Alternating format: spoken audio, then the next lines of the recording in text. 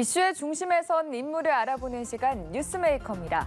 2020년 1월 미얀마 방문 이후 코로나19 확산 등을 이유로 중국 본토를 벗어난 적이 없는 시진핑 주석이 무려 893일 만에 본토 밖 외출에 나섰습니다. 그가 향한 곳은 과연 어디일까요?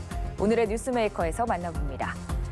시진핑 주석이 2년 6개월 만에 본토를 벗어나 향한 곳은 바로 홍콩입니다.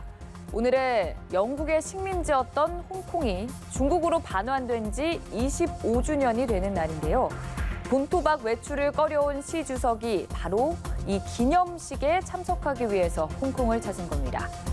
서방의 외신들은 홍콩을 더욱 중국화하기 위한 행보라고 해석했습니다.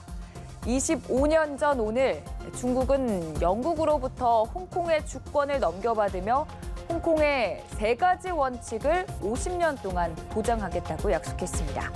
그 3가지, 그중 첫 번째로 일국양제, 한 국가 두 체제를 유지한다. 그리고 두 번째로 항인치항, 홍콩은 홍콩 사람이 다스린다. 마지막으로 고도자치, 높은 수준의 자치를 보장한다.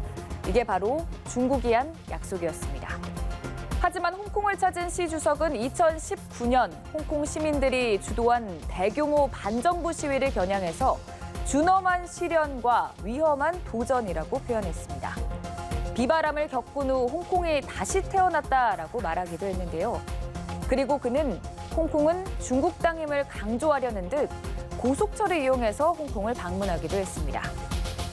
이에 대해 서방 국가들은 일제히 비판에 나섰습니다. 보리스 존슨 영국 총리는 중국이 일국양제 약속을 지키지 않고 있다고 비판했고, 토니 블링컨 미국 국무부 장관은 중국이 홍콩 주민의 권리와 자유를 해체하고 자치권을 침식했다라고 말을 하기도 했습니다.